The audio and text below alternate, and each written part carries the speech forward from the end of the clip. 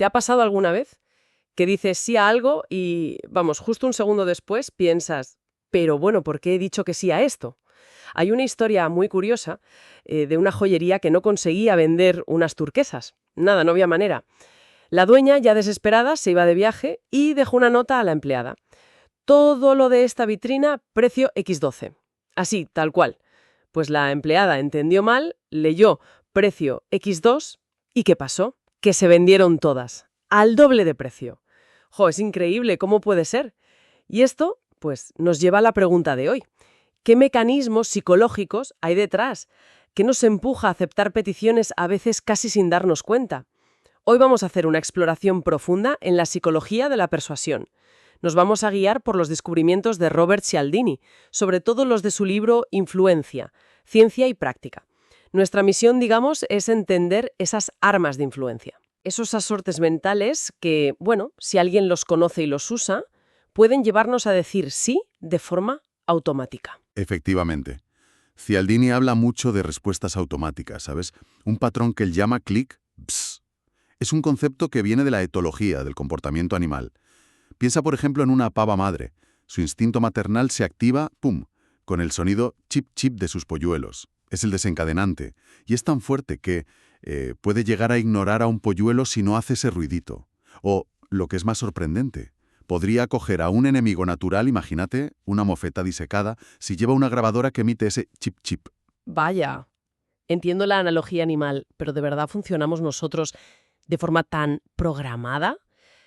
¿Tan clic, ps? Pues en muchas situaciones sí. A ver, el mundo es muy complejo, recibimos muchísima información constantemente. Para manejar todo eso, usamos atajos mentales, lo que se llaman heurísticos. Son como reglas generales que nos ahorran tiempo y, sobre todo, esfuerzo mental. Normalmente funcionan bien, son eficientes, pero claro, también nos hacen predecibles. Y ahí está la clave. Si alguien conoce esos atajos, puede, digamos, activarlos a propósito para influirnos. Ah, como el famoso experimento de la fotocopiadora, ¿verdad? Ese es muy bueno. Justo, el estudio de Ellen Langer demostró que la palabra porque puede actuar como un desencadenante automático. Si pedías colarte diciendo, «Puedo usar la fotocopiadora porque tengo prisa», funcionaba bastante bien. Lógico, pero lo realmente llamativo es que si decías, «Puedo usar la fotocopiadora porque tengo que hacer fotocopias», que es una razón obvia, ¿no? Para eso es la máquina, pues funcionaba casi igual de bien. La palabra porque era la que hacía clic, activaba la aceptación, señalaba que había una razón y casi no importaba cuál fuera. Claro. Y, volviendo a las turquesas de principio, se vendieron carísimas porque la gente usó el atajo mental de caro igual a bueno. Un atajo que, en ese caso concreto, les salió, pues eso, caro, el doble. Exactamente. Por eso reconocer estos atajos es fundamental. Es el primer paso para no caer en ellos cuando se usan para manipularnos. Y Cialdini identificó varios principios clave, varias de estas armas que activan nuestras respuestas automáticas. Pues vamos a verlos. Empecemos por uno que me parece muy potente, la reciprocidad. Esa sensación casi física de estar obligados a devolver un favor, un regalo, una ayuda. Es una norma social súper arraigada, ¿no? Profundamente. Sí, sí. Nos sentimos incómodos si recibimos algo y no damos nada a cambio. Es una regla muy potente. Tan potente que, claro, puede ser explotada fácilmente. Por ejemplo, con la táctica del favor no solicitado. ¿Te acuerdas de los Hare Krishna en los aeropuertos hace años? Te regalaban una flor, un libro pequeño, aunque no lo quisieras, y, bueno, quizás ni simpatizaras con ellos. Pero una vez que habías aceptado el regalo, la presión interna para corresponder, para dar una donación, era enorme. Se crea una deuda psicológica, ¿sabes? Aunque el favor inicial no lo hubieras pedido. Es verdad. Esa sensación de le debo algo. Y hay una variante, creo, más elaborada de esto, ¿no? La técnica del rechazo y retirada. O como la llaman a veces, portazo en la cara. Edición muy grande, exagerada, algo que saben que probablemente vas a rechazar. Y cuando rechazas, ¡zas!, retiran esa petición y la sustituyen por una mucho menor, que, en realidad, era la que querían conseguir desde el principio. Cialdini cuenta una Anécdota personal con un Boy Scout, ¿verdad? Primero le intentó vender unas entradas para un evento. creo que a $5. Cialdini dijo que no.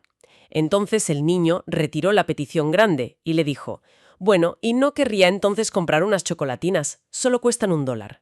Y Cialdini, sintiendo que el niño había hecho una concesión, bajar de 5 a 1, se sintió casi obligado a hacer él la suya, pasar de decir no a decir sí, y acabó comprando las chocolatinas. Exacto.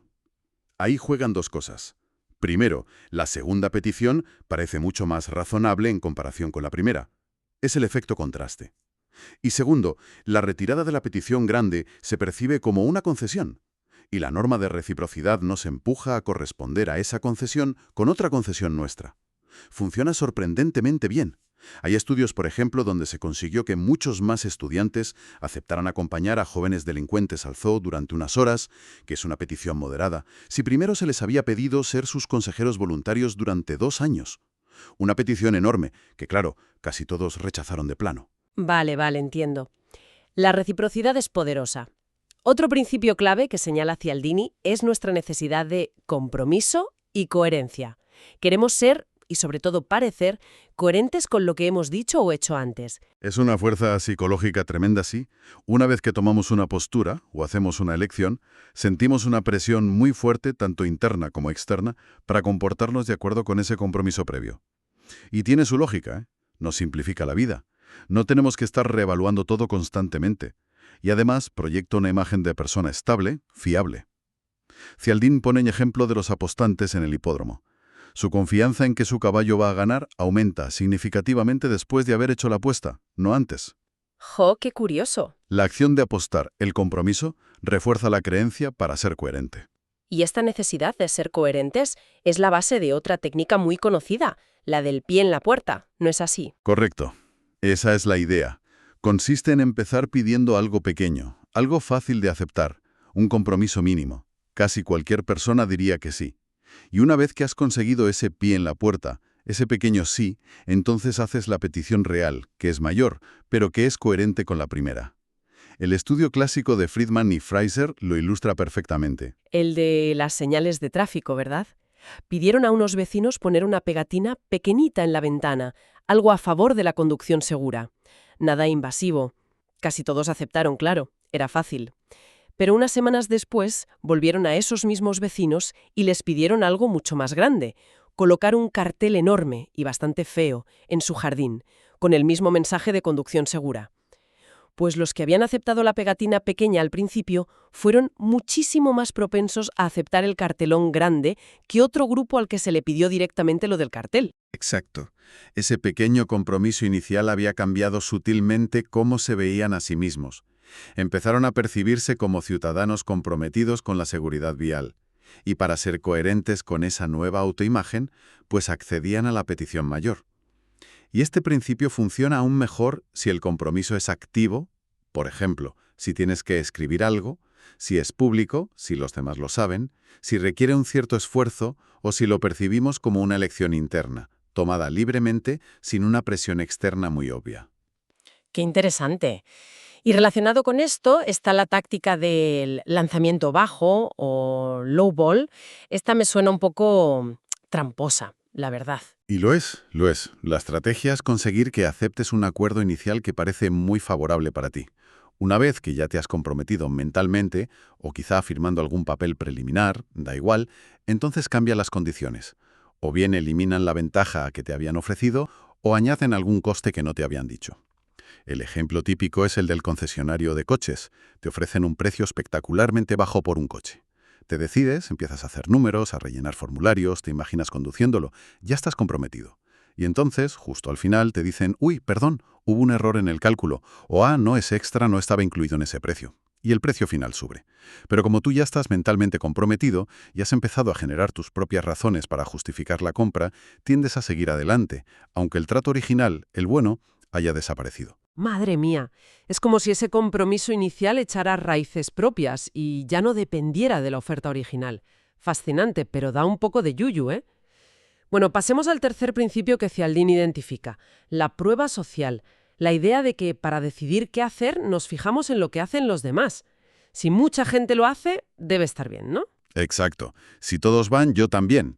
Es otro atajo mental potentísimo, sobre todo cuando estamos inseguros, cuando la situación es ambigua.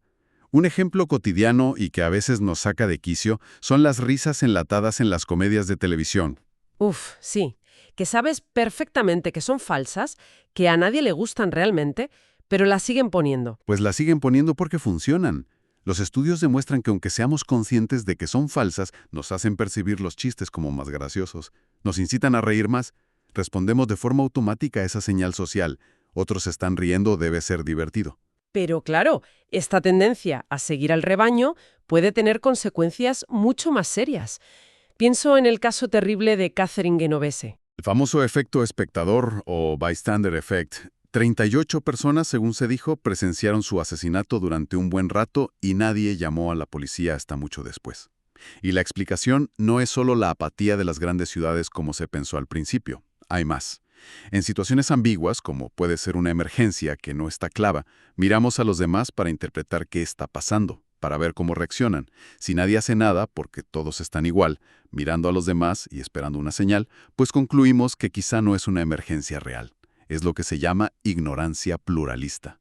Y a eso se suma la difusión de la responsabilidad.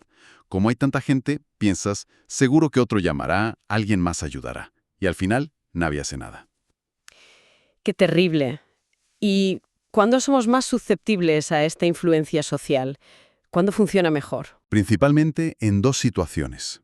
Primero, como decíamos, cuando estamos inseguros. Cuando no sabemos bien qué hacer, la situación es nueva o ambigua, dependemos más de las acciones de los demás como guía. Y segundo, cuando observamos el comportamiento de personas que percibimos como similares a nosotros. Imitamos más a nuestros iguales. Por eso un niño pequeño a veces aprende a nadar viendo a otro niño de su edad lanzarse al agua, aunque no hiciera caso los monitores adultos. O por eso en las campañas de salud pública a veces funcionan mejor los testimonios de gente corriente, gente como tú y como yo. Ya veo. Y esto, claro, también tiene un lado oscuro. Cialdini menciona el efecto Werther. Sí, es una investigación muy interesante del sociólogo David Phillips. Demostró que cuando los medios de comunicación publican noticias sobre un suicidio de forma muy prominente, en portada, por ejemplo, se produce un aumento estadísticamente significativo de suicidios en los días y semanas siguientes. Y lo más inquietante es que estos suicidios imitativos suelen darse entre personas con características similares a las de la víctima original, edad, sexo, etc. Cialdini relaciona esta idea de incertidumbre y semejanza para explicar, en parte, la tragedia de Jonestown. El traslado a un entorno totalmente desconocido en la selva de Guyana generó una incertidumbre masiva, y ver a los primeros adeptos, sus compañeros, gente similar, tomar el veneno de forma aparentemente tranquila, proporcionó una prueba social fatalmente convincente para los demás. Es escalofriante cómo pueden interactuar estos principios y llevar a resultados tan extremos. Bueno, nos queda un principio importante por explorar hoy. La escasez. Ah, sí. El principio de escasez. Es muy simple en su base. Las oportunidades, los productos, la información, todo nos parece más valioso cuanto más limitada es su disponibilidad. Lo raro, lo que se agota, lo que está prohibido, todo eso ejerce una atracción especial sobre nosotros. Piensa en los anuncios. Últimas unidades, oferta válida solo hasta fin de mes, edición limitada. Son tácticas de marketing que apelan directamente a este principio. Claro, como el coleccionista que valora muchísimo más un sello con un defecto de impresión precisamente porque hay muy pocos así. ¿Y por qué nos afecta tanto la escasez? ¿Qué mecanismos activa? Hay dos razones principales según Cialdini. La primera es que usamos la disponibilidad como un atajo para juzgar la calidad. Es una heurística. Si algo es difícil de conseguir, tendemos a pensar que debe ser bueno, que debe merecer la pena. Y la segunda razón, que quizás es aún más potente, es lo que se llama reactancia psicológica. Cuando sentimos que nuestra libertad de elección se ve amenazada o reducida porque algo se vuelve escaso o porque se nos prohíbe, reaccionamos deseándolo todavía más. Es una forma de reafirmar nuestra autonomía, de luchar contra esa restricción. Ah, el típico efecto Romeo y Julieta, ¿no? Que la oposición de los padres a una relación adolescente a veces lo que consigue es intensificarla. O cuando prohíben un libro y de repente todo el mundo quiere leerlo para ver qué tiene. De pérdida inminente nos afecta más. Y también la escasez combinada con la competencia social es una bomba. Si no solo es escaso, sino que además percibimos que otros también lo quieren y tenemos que competir por ello, ¡uf! Claro, La emoción de la puja en una subasta, de ganarle al otro. Justo. Y esa emoción puede nublar nuestro juicio sobre el valor real de lo que estamos intentando conseguir. Entonces, resumiendo un poco, hemos visto 4 principios muy potentes: reciprocidad, compromiso y coherencia, prueba social y escasez. Son, como decías, atajos mentales heurísticos que en general nos ayudan a tomar decisiones rápidas en un mundo lleno de información, pero, como hemos visto con todos estos ejemplos, también nos hacen vulnerables a la influencia, a la manipulación, especialmente cuando alguien activa estos principios de forma deliberada y a veces artificial. El objetivo de conocerlos no es volverse cínico o vivir sospechando de todo el mundo, claro. Se trata más bien de desarrollar una mayor conciencia, ser conscientes de cómo funcionan estos principios en nosotros mismos y en nuestras interacciones diarias. Reconocer una táctica de influencia cuando la vemos. Ah, esto es escasez. Uy, aquí están usando la reciprocidad. Es el primer paso para poder pararnos un segundo, analizarla críticamente y decidir si queremos seguir ese atajo mental o si preferimos tomar una ruta más reflexiva en esa situación concreta. Quizás esa sea la clave, ¿no? Introducir esa pausa para reflexionar, antes de lanzarnos a por esa última unidad en oferta, antes de aceptar ese segundo favor después de haber rechazado uno enorme, antes de seguir ciegamente a la multitud. Podríamos intentar preguntarnos, ¿realmente quiero esto por sus méritos intrínsecos? ¿O es la sensación de urgencia, la presión social, la obligación de devolver un favor lo que está tirando de mí? Ser conscientes de estas fuerzas no nos hace inmunes por arte de magia, pero sí nos da algo muy valioso, la opción de elegir nuestra respuesta, en lugar de simplemente reaccionar de forma automática. Y lanzo una pregunta al aire. ¿Cómo podría cambiar nuestra manera de ver la publicidad, las negociaciones, la política o incluso nuestras relaciones personales más cercanas, si aplicáramos este filtro de conciencia un poco más a menudo? Una pregunta muy potente. Sí, señor. Da para pensar bastante. Pues con esta reflexión concluimos nuestra inmersión de hoy en los fascinantes principios de influencia de Robert Cialdini. Ha sido un placer.